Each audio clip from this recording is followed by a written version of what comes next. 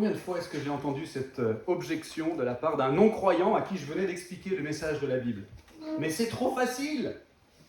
Alors comme ça, on peut faire tout le mal qu'on veut, et après, il suffit de demander pardon à Dieu, et tout est effacé, et on va aller au paradis, et on n'a rien d'autre à faire. C'est trop facile! C'est vrai que ça paraît choquant, n'est-ce pas? Intuitivement, on se dit qu'il faut quand même qu'on fasse quelque chose pour obtenir la faveur de Dieu.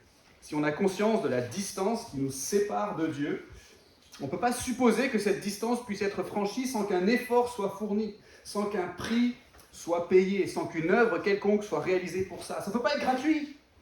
C'est trop facile. En fait, c'est vrai. Si on se fie à l'enseignement de la Bible, c'est vrai que pour obtenir la faveur de Dieu, un effort doit être fourni, un prix doit être payé, une œuvre doit être accomplie. Simplement, nous, on n'a tout simplement pas les moyens de le faire. C'est pourquoi c'est quelqu'un d'autre qui le fait pour nous. Et ça, c'est vraiment le message central de toute la Bible. C'est que Dieu s'occupe de tout accomplir pour que nous, les humains, on puisse faire l'objet de sa faveur complète pour toujours, si on se repose simplement en lui. Autrement dit, oui, la faveur de Dieu, c'est quelque chose qu'on reçoit gratuitement, mais c'est gratuit pour nous, pas pour Dieu. Ou inversement, c'est quelque chose qui a un coût, mais qui a un coût pour Dieu, pas pour nous. Or, on a tellement de mal à l'accepter, ça. On a du mal à accepter que la faveur de Dieu, ça ne s'achète pas. Tout simplement parce qu'on n'a pas les moyens de l'acheter. Elle est trop chère pour nous. Et on a du mal à accepter que Dieu puisse nous accorder pleinement un cadeau si cher, un cadeau littéralement hors de prix, sans qu'on ait rien à contribuer, sans nous demander la moindre participation aux frais. Il est possible aujourd'hui que vous cherchiez à avoir une relation avec Dieu en multipliant les efforts. Peut-être que vous vous dites que vous devez accomplir un certain nombre de rites religieux. Vous devez pratiquer l'aumône envers les pauvres. Vous devez réciter certaines prières, peut-être même à certaines heures de la journée, pour pouvoir compter sur la faveur de Dieu. Vous savez, la plupart des religions enseignent ce genre de choses. J'espère que vous allez voir aujourd'hui qu'en fait, d'après la Bible, il est impossible pour nous de fournir un effort suffisant pour obtenir la faveur de Dieu. Mais peut-être que vous êtes un chrétien et que vous croyez intellectuellement à ce concept, que Dieu accorde souverainement, pleinement sa faveur aux croyants de manière gratuite pour nous. Mais malgré tout, vous ressentez quand même de la pression chaque jour pour faire un petit quelque chose. Au fond, vous n'arrivez pas à vous défaire de l'idée qu'il y a quand même un petit peu du donnant-donnant dans votre relation avec Dieu. Si vous vous dépensez à fond dans le service à l'Église ou auprès de votre famille, si vous donnez généreusement de votre argent, si vous accueillez dans votre maison, si vous passez beaucoup de temps dans la prière et dans la lecture de la Bible, si vous arrivez à maintenir un certain niveau de probité morale, si vous témoignez beaucoup de Dieu à votre entourage, alors certainement que Dieu va vous être un petit peu plus favorable, non? Certainement que Dieu veut au moins quelque chose de notre part en échange de sa faveur. Eh bien non. La faveur de Dieu envers les croyants est déjà entièrement payée. Ce qui veut dire que cette faveur ne peut pas augmenter ni diminuer, quoi qu'on veuille y faire, nous. La faveur de Dieu n'est pas à vendre. Non seulement elle est beaucoup trop chère pour nous, mais en plus, comme je l'ai dit, elle a déjà été entièrement payée par quelqu'un d'autre au profit des croyants. Et j'espère vous montrer que ça, c'est la leçon principale du texte qu'on va lire et étudier dans un instant. Alors vous allez voir, c'est une histoire très perturbante. Mais le point de départ de cette histoire, c'est un croyant qui s'appelle Jephthé et qui va promettre quelque chose à Dieu en échange de sa faveur. Jephthé, c'était un chef militaire en Israël, et on a vu la dernière fois que c'était un personnage qui nous était présenté positivement, comme un exemple. Mais ce Jephthé, maintenant, dans un élan d'enthousiasme religieux, il va faire une promesse inconsidérée à Dieu, en supposant qu'il y avait besoin de ça pour que Dieu lui soit favorable. Et comme vous allez le voir, ça va très mal tourner. Et si vous êtes choqué à la lecture de cette histoire, c'est exprès. L'auteur la raconte pour frapper les esprits, pour qu'on en tire une leçon très très importante. C'est qu'on n'aura jamais les moyens d'acheter la faveur de Dieu.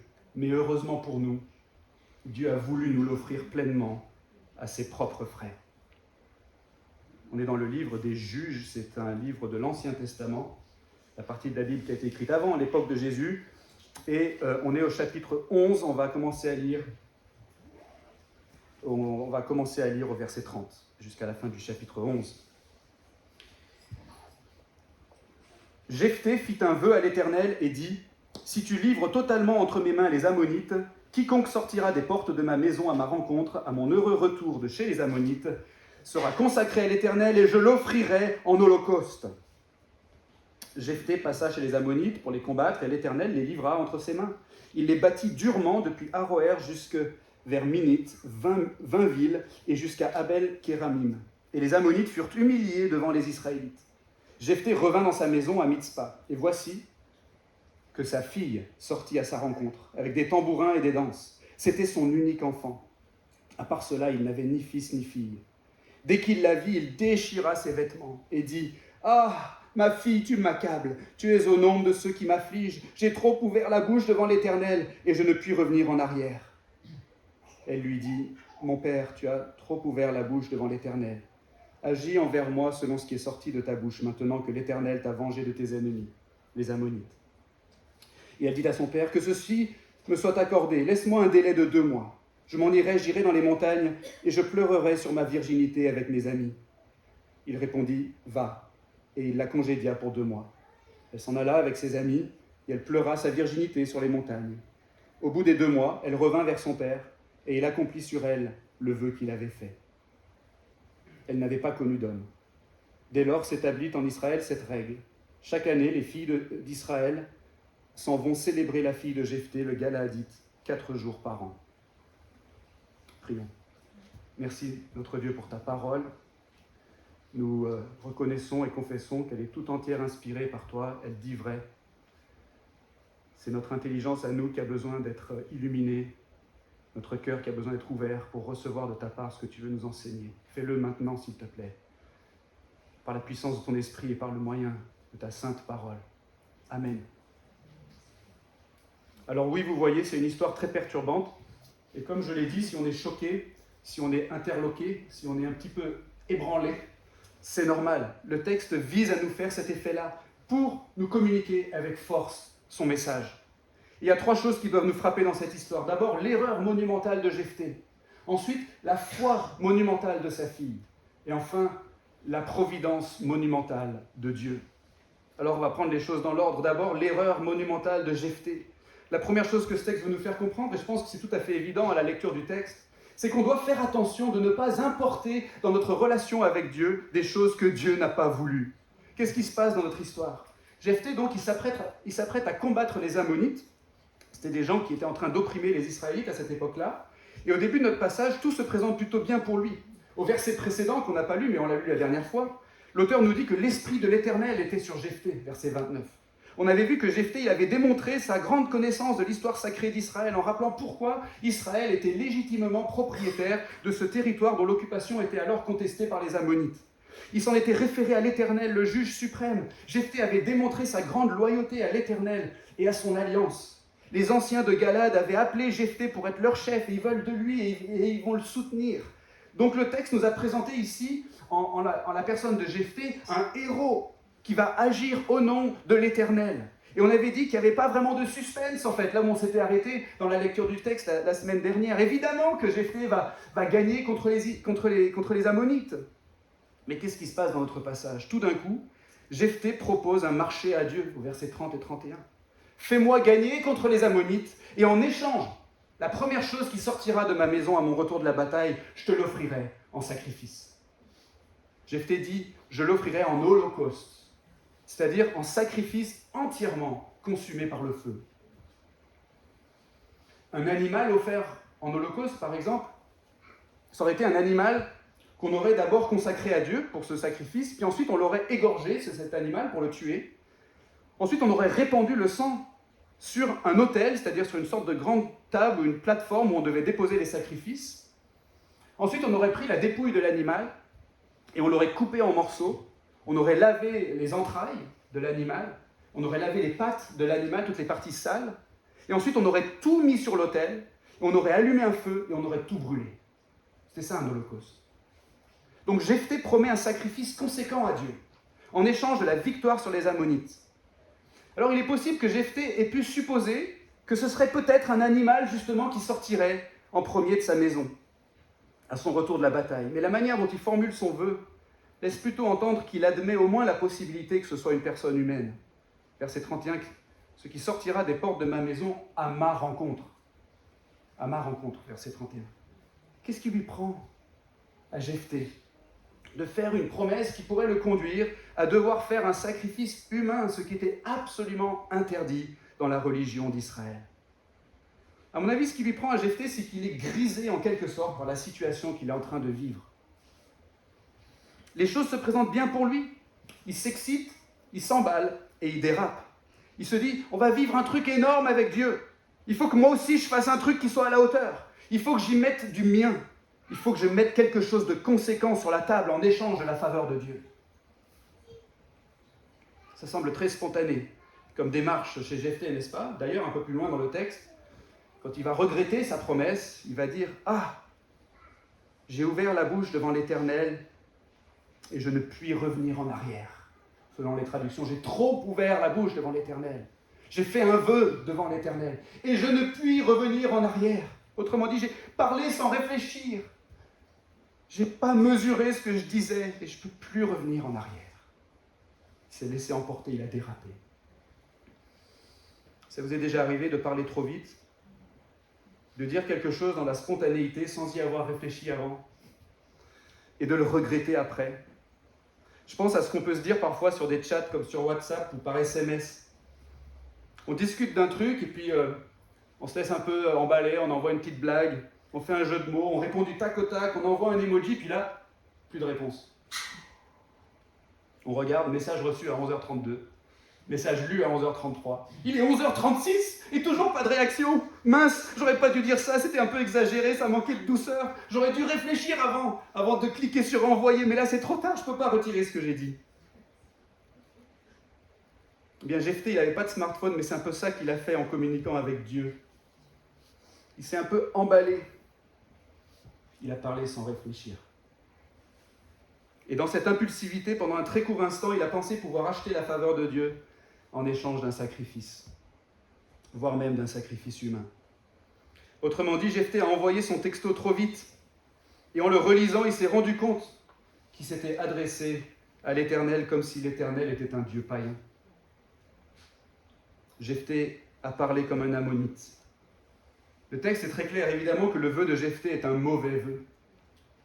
Dieu n'approuve pas son vœu, non seulement parce que Dieu est absolument contre les sacrifices humains, c'est-à-dire pour le fait d'un être humain de tuer un autre être humain pour obtenir en échange la faveur d'une divinité, mais en plus, Dieu n'a jamais rien demandé à Jephthé. Et Jephthé, qui semblait bien connaître l'histoire d'Israël, il devait savoir que Dieu dispensait sa faveur de manière souveraine et pas du tout en échange d'offrandes ou de sacrifices ou de performances particulières de la part des humains. Et ça, c'est le premier point pour nous ce matin. On peut être tenté de penser que notre relation avec Dieu, c'est du donnant-donnant, mais on doit faire attention de ne pas importer dans notre relation avec Dieu des choses que Dieu n'a pas voulu. On doit faire attention de ne pas s'imaginer, même un court instant, que Dieu serait comme nous, qui peut se laisser séduire, qu'on peut lui tordre un peu le bras, qu'on peut l'obliger de quelque façon que ce soit. On doit faire attention de ne pas plaquer sur le vrai Dieu, le Dieu de la Bible, la perception qu'on a des autres dieux, des faux dieux, des dieux des autres religions. Une perception qui nous plaît peut-être inconsciemment parce qu'on aimerait bien avoir un levier sur Dieu.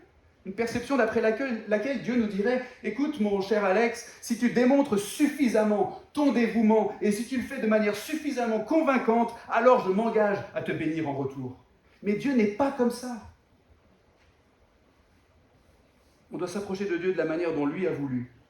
Parce qu'il est Dieu. Parce qu'il est le vrai Dieu. Notre relation à lui est définie par lui. On ne doit pas ajouter des choses qui procéderaient de notre intuition, de notre imagination ou de la culture environnante. Comme le dit l'apôtre Paul dans le Nouveau Testament, qui exhorte ses destinataires, je cite, à ne pas aller au-delà de ce qui est écrit. C'est-à-dire au-delà de ce que Dieu a voulu nous faire connaître. Parce qu'il y a un vrai danger à ajouter nous-mêmes des conditions, des lois, des règles, des exigences, des contraintes pour pouvoir obtenir la faveur de Dieu. Il y a un danger pour nous-mêmes déjà, qui est de vivre sous la tyrannie de la performance perpétuelle et de se sentir perpétuellement stressé ou coupable ou déçu, ce qui n'est pas la volonté de Dieu pour nous.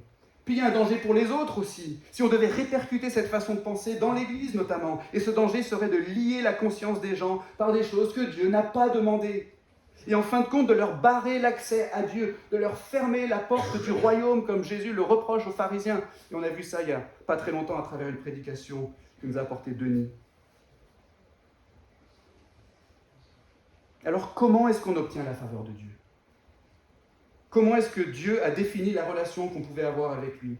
Qu'est-ce que Dieu a voulu si ce n'est pas une quelconque performance de notre part ? Bon, on va y venir dans un instant, mais avant ça, il y a une deuxième chose qui doit nous frapper dans ce récit, après l'erreur monumentale de Jephthé, c'est la foi monumentale de sa fille. La deuxième chose que ce texte veut nous faire comprendre, en effet, c'est en quelque sorte l'inverse finalement du premier point, c'est qu'au lieu d'importer dans notre relation avec Dieu des choses que Dieu n'a pas voulu, on devrait plutôt se satisfaire d'être entièrement suspendu à son bon vouloir sans rien exiger de lui. C'est une posture radicale, mais c'est la posture qui convient à celui qui s'intéresse sincèrement à Dieu. Quelle autre posture conviendrait devant le vrai Dieu, le Créateur souverain du ciel et de la terre, à qui toutes choses sont suspendues ? Et la radicalité de cette posture nous est illustrée dans notre passage par l'attitude de la fille de Jephthé qui s'inscrit en contraste total avec le moment d'égarement impulsif de son père. Qu'est-ce qu'on voit dans le texte ? D'abord, elle est la première, en effet, à sortir à la rencontre de son père qui revient de la bataille. Elle se réjouit de la victoire que l'Éternel a donnée aux Israélites. Ensuite, elle consent au vœu de son père par lequel il était lié vis-à-vis de l'Éternel. Verset 36, « Agis envers moi selon ce qui est sorti de ta bouche, maintenant que l'Éternel t'a vengé de tes ennemis les Ammonites. » C'est la preuve, en fait, que la relation à l'Éternel est extrêmement importante pour la fille de Jephthé. Ensuite, elle demande un délai pour pleurer, mais non pas pleurer sur le fait qu'elle va mourir, pleurer plutôt sur le fait qu'elle n'aura pas de descendance pour perpétuer sa lignée. Et du coup, Jephthé non plus n'aura pas de descendance. Et ça, c'est un plus grand malheur que mourir dans le contexte de l'époque. Ça veut dire qu'une branche de cette grande dynastie sacrée qu'est Israël va demeurer sans fruit. On découvre aussi, en lien avec ce point-là, que la fille de Jephthé est, semble-t-il, en âge de procréer, mais qu'elle est célibataire, chaste et vierge. Elle n'a jamais connu d'homme. Verset 39. Et ça, c'est remarquable pour la petite fille d'une prostituée qui a grandi en marge de la société. Symboliquement, dans le texte, c'est le signe d'une grande piété et d'une grande pureté. Et enfin, et c'est peut-être le plus poignant, au verset 39, il est dit qu'au bout des 2 mois, elle revint vers son père et il accomplit sur elle le vœu qu'il avait fait. Elle revint vers son père. Elle aurait pu faire comme Moïse et s'enfuir dans un autre pays. Elle aurait pu se cacher avec ses amis et ne jamais revenir puisque le vœu qu'avait prononcé Jephthé était un vœu téméraire, un mauvais vœu, un vœu qui l'engageait à commettre quelque chose d'horrible. Mais elle revient par égard pour le vœu qui a été prononcé devant l'Éternel, par égard pour la conscience de son père, et dans une posture de docilité et d'extrême confiance devant la souveraine providence de Dieu. Et on reviendra sur ce point dans un instant. Et en fait, ce qui est incroyable dans cette histoire, c'est que la foi monumentale de la fille de Jephthé, en fin de compte, elle relativise ou elle diminue en quelque sorte la culpabilité de Jephthé devant son erreur monumentale. Parce que le sacrifice de sa fille, au lieu d'être un meurtre, est devenu un sacrifice volontaire. Un sacrifice consenti par elle, par la foi. Vous voyez ce que je veux dire ? On aurait pu avoir une scène horrible ici. Si la fille de Jephthé avait refusé, si elle s'était débattue, si elle avait hurlé, si elle avait essayé de se cacher ou de s'enfuir, et si Jephthé avait dû la faire poursuivre, la capturer, la bâillonner, avant de la traîner vers l'autel pour accomplir sur elle le vœu qu'il avait fait, comme le dit le texte de manière très pudique. Mais au lieu de ça, la fille de Jephthé s'offre volontairement. Elle se donne elle-même, et en faisant ça, elle délie la conscience de son père. Alors ça finit quand même de manière très triste, mais il y a une sorte de solennité sobre, pesante et digne à la fois, qui entoure la fin de ce passage. Le souvenir de la fille de Jephthé sera même rappelé tous les ans, nous dit le texte. 4 jours par an, tellement sa piété a laissé une impression forte. Vous avez vu au verset 40. un peintre lyonnais du XVIIe siècle du nom de Thomas Blanchet, a représenté en tableau le moment où Jephthé va égorger sa fille sur l'autel. Ce tableau se trouve au musée des Beaux-Arts à Lyon, et je l'ai vu il y a quelques semaines, et je l'ai trouvé assez bouleversant. Tout le monde est triste dans ce tableau, tout le monde est triste, mais dans une sorte de résignation pieuse. En fait, il y a un énorme sentiment collectif de regret et de perte qui émane de la toile. Mais moi, ce qui me tue, c'est le regard de Jephthé, tourné vers le ciel, dans l'attente peut-être d'une intervention de Dieu. En fait, ça doit nous faire penser à une autre scène de la Bible où un homme a dû brandir un couteau au-dessus de la gorge de son enfant unique, déposé en offrande sur un autel. C'est la fameuse histoire du sacrifice d'Isaac par son père Abraham. Sauf qu'entre les deux histoires, tous les rôles sont inversés en fait. Dans l'histoire d'Abraham, c'est Dieu qui demande le sacrifice, alors que dans notre histoire, c'est Jephthé qui le propose à travers un vœu imprudent. Dans l'histoire d'Abraham, l'enfant Isaac, il est pris par surprise et il n'est pas consentant. C'est pourquoi le texte précise qu'il est ligoté sur l'autel. Mais dans notre histoire, la fille de Jephthé consent par la foi à s'offrir elle-même en sacrifice. D'ailleurs, c'est une erreur à mon avis de la représenter sur le tableau avec les mains, semble-t-il, liées, attachées dans le dos. Et dans l'histoire d'Abraham, Dieu intervient au dernier moment pour arrêter la main d'Abraham et pour fournir à Abraham un animal comme sacrifice de substitution à la place d'Isaac. Mais dans notre histoire, Dieu n'intervient pas. Je ne sais pas combien de temps Jephthé est resté comme ça, le regard tourné vers le ciel. Je me demande combien de fois, en plongeant le poignard vers sa fille, il a arrêté lui-même le mouvement de son bras à quelques centimètres de sa gorge, en espérant que cette histoire se terminerait autrement. Mais dans tout ça, la foi monumentale de sa fille. Et c'est vraiment ça que je veux retenir dans ce deuxième point. On peut être tenté de penser que Dieu peut nous devoir des choses en retour de notre fidélité, de notre consécration, de notre discipline, comme Jephthé qui a pensé momentanément pouvoir obliger Dieu.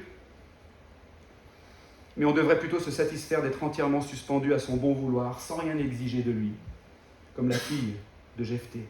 La différence entre Jephthé et sa fille, c'est que Jephthé a voulu offrir quelqu'un d'autre en sacrifice à Dieu pour obtenir quelque chose de la part de Dieu. La fille de Jephthé, elle s'est donnée elle-même en sacrifice, comme offrande volontaire, en quelque sorte au profit de son père, et sans rien attendre en retour. Si vous vous intéressez à Dieu ce matin, si vous avez envie d'être en relation avec lui, que vous soyez juste en train de découvrir la foi ou que vous soyez croyant depuis longtemps, est-ce que vous êtes prêt à tout lâcher devant Dieu, à tout déposer à ses pieds, à vous remettre à lui sans réserve et sans rien attendre en retour, tout simplement parce qu'il est Dieu, il est votre créateur, il est juste, sage, saint, suprême, irrésistible. Il est le potier, vous êtes l'argile. Tout est de lui, par lui et pour lui. À lui la gloire dans tous les siècles. Amen, dit l'apôtre Paul. Est-ce qu'on est prêt non seulement à ne pas chercher à marchander avec Dieu comme Jephthé, mais au contraire à lui faire pleinement confiance comme sa fille, au point de dire à Dieu, Seigneur, voici ma vie même, elle t'appartient. Et tu ne me dois rien en retour. Alors, premièrement, l'erreur monumentale de Jephthé. Deuxièmement, la foi monumentale de sa fille. Il reste une question à laquelle on n'a pas répondu. On a compris qu'on ne pouvait pas faire en sorte que Dieu nous soit redevable de quoi que ce soit, qu'on devait même pas essayer, même pas y penser. Et on a compris au contraire que la posture qui convient, si on veut être en relation avec Dieu, c'est plutôt celle d'une humble dépendance. Être suspendu à son bon vouloir sans rien exiger de lui. Mais la question qui demeure, c'est est-ce qu'il est possible quand même d'avoir sa faveur ? Et si oui, quels sont les moyens par lesquels c'est possible ? Et c'est l'objet de ce dernier point, la providence monumentale de Dieu. Ça aussi, c'est un truc qui doit nous frapper dans ce récit qu'on a lu. La dernière chose que ce texte nous fait comprendre en effet, c'est que c'est possible d'avoir la faveur de Dieu, mais à un prix que lui seul peut payer. Et ça, c'est justement par sa providence que Dieu le révèle dans cette histoire. Reprenons une dernière fois ce qui se passe. Jephthé a voulu s'assurer la faveur de Dieu. Du coup, il fait une promesse, mais sa promesse, elle n'est pas complète. Il dit, donne-moi la victoire sur les Ammonites, Seigneur, et en échange, je t'offrirai en sacrifice ce qui sortira en premier de ma maison à mon retour de la bataille. Mais Jephthé, il ne dit pas qu'est-ce que c'est qu'il compte offrir à Dieu en échange de sa faveur. Il laisse ouvert le choix de ce sacrifice. Or, Jephthé, en faisant ça, à qui est-ce qu'il laisse le choix de ce qui sera offert en sacrifice? Il le laisse à Dieu, qui gouverne toutes choses par sa providence. C'est l'Éternel, le Tout-Puissant, qui va décider de ce qui sortira en premier de la maison de Jephthé à son retour de la bataille. Ce n'est pas le hasard qui va décider. C'est un peu comme si vous vouliez acquérir un objet que vous rêvez de posséder, mais cet objet, disons qu'il est très très difficile à trouver. Imaginons par exemple le local idéal pour notre église, au cœur de Gerland, très très difficile à trouver. On cherche et on ne trouve pas. Or un jour, on rencontre quelqu'un qui possède ce bien. Et très vite, forcément, vous allez lui demander s'il serait disposé à vous le vendre parce que ça fait si longtemps que vous le cherchez. Vous voyez qu'il hésite un peu, qu'il réfléchit, alors vous vous jetez à l'eau et vous lui dites la main sur le cœur, écoute, j'ai tellement envie d'avoir ce bien que ton prix sera le mien. Bon, c'est hyper risqué de faire ça, n'est-ce pas? Vous laissez l'autre tout seul déterminer le prix de la vente et vous vous êtes engagé à payer. C'est ce que fait Jephthé dans notre passage. En faisant son vœu, il dit à Dieu en quelque sorte, « Écoute Seigneur, j'ai tellement envie d'avoir ta faveur que ton prix sera le mien. » Et voici que par sa providence, Dieu va lui révéler en effet le coût de sa faveur. « Jephthé, tu pensais pouvoir acheter ma faveur, mais voici en fait ce qu'elle coûte. Elle coûte un enfant unique. » Mais Jephthé, il n'était pas prêt à payer ça. Qu'est-ce qu'il aurait fait, Jephthé, pour pouvoir revenir en arrière et effacer son texto? Dieu n'avait rien demandé à Jephthé. Jephthé avait déjà la faveur de Dieu en réalité. Mais à travers son vœu imprudent et par le truchement de la providence de Dieu, Jephthé va comprendre combien coûteuse est la faveur de Dieu. Elle coûte un enfant unique. Et qui est prêt à offrir son enfant unique en sacrifice? Dans un autre passage de la Bible, on peut lire ceci. « Voici comment l'amour de Dieu a été manifesté envers nous. Dieu a envoyé son Fils unique dans le monde, afin que nous vivions par lui. Et cet amour consiste non pas en ce que nous avons aimé Dieu, mais en ce qu'il nous a aimés. Et qu'il a envoyé son Fils comme victime expiatoire pour nos péchés, c'est-à-dire comme sacrifice pour nos péchés. » C'était dans les lectures de ce mois, si vous suivez le programme de lecture de l'Église. Dans un autre passage encore, Dieu a tant aimé le monde qu'il a donné son Fils unique, afin que quiconque croit en lui ne périsse pas, mais qu'il ait la vie éternelle.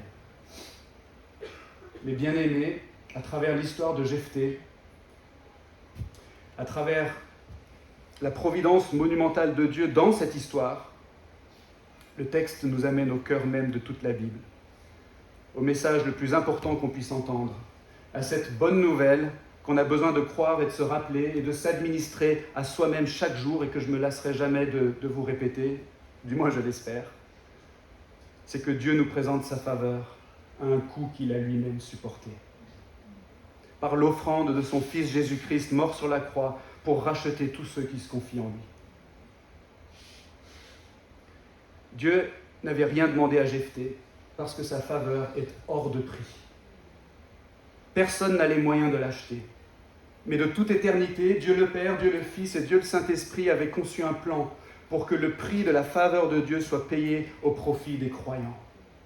Ce prix serait un enfant unique. Et Jésus, le Fils unique de Dieu, a consenti de toute éternité à devenir un être humain, à vivre une vie parfaite dans la soumission à Dieu par la foi, une foi plus monumentale que celle de la fille de Jephthé. Et il a consenti de toute éternité à s'offrir lui-même sur la croix, volontairement, comme sacrifice pour régler la peine des péchés de tous les croyants, pour délier nos consciences, pour nous absoudre de nos erreurs monumentales qui nous séparaient de Dieu. Et le prix de la faveur de Dieu au profit des croyants a été si pleinement et si parfaitement réglé que la mort même n'a pas pu retenir Jésus dans la tombe et qu'il est ressuscité le 3e jour en vainqueur et en garant de la faveur de Dieu et de la vie éternelle que Dieu nous présente en lui, en Jésus-Christ. Est-ce que tu as trouvé le repos en lui ce matin? Ou est-ce que tu en es encore à vivre sous pression, peut-être même après des années de vie dite chrétienne? Peut-être que tu es encore en train d'essayer de faire un effort pour obtenir quelque chose de la part de Dieu en retour. Peut-être qu'aujourd'hui tu vis dans l'amertume, dans le regret, peut-être même dans la culpabilité, parce que tu as fait des efforts et des sacrifices, et Dieu ne t'a pas récompensé. Peut-être que tu as l'impression que la vie chrétienne, c'est une véritable tyrannie même, une tyrannie perpétuelle, parce que tu n'arrives jamais à en faire assez pour Dieu. Mais le message de ce texte, comme on l'a vu, c'est qu'on n'aura jamais les moyens d'acheter la faveur de Dieu. Mais heureusement pour nous, Dieu a voulu nous l'offrir pleinement, à ses propres frais.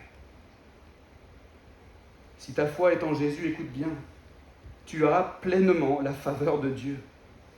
Sa faveur envers toi ne peut ni augmenter ni diminuer. Elle est complète.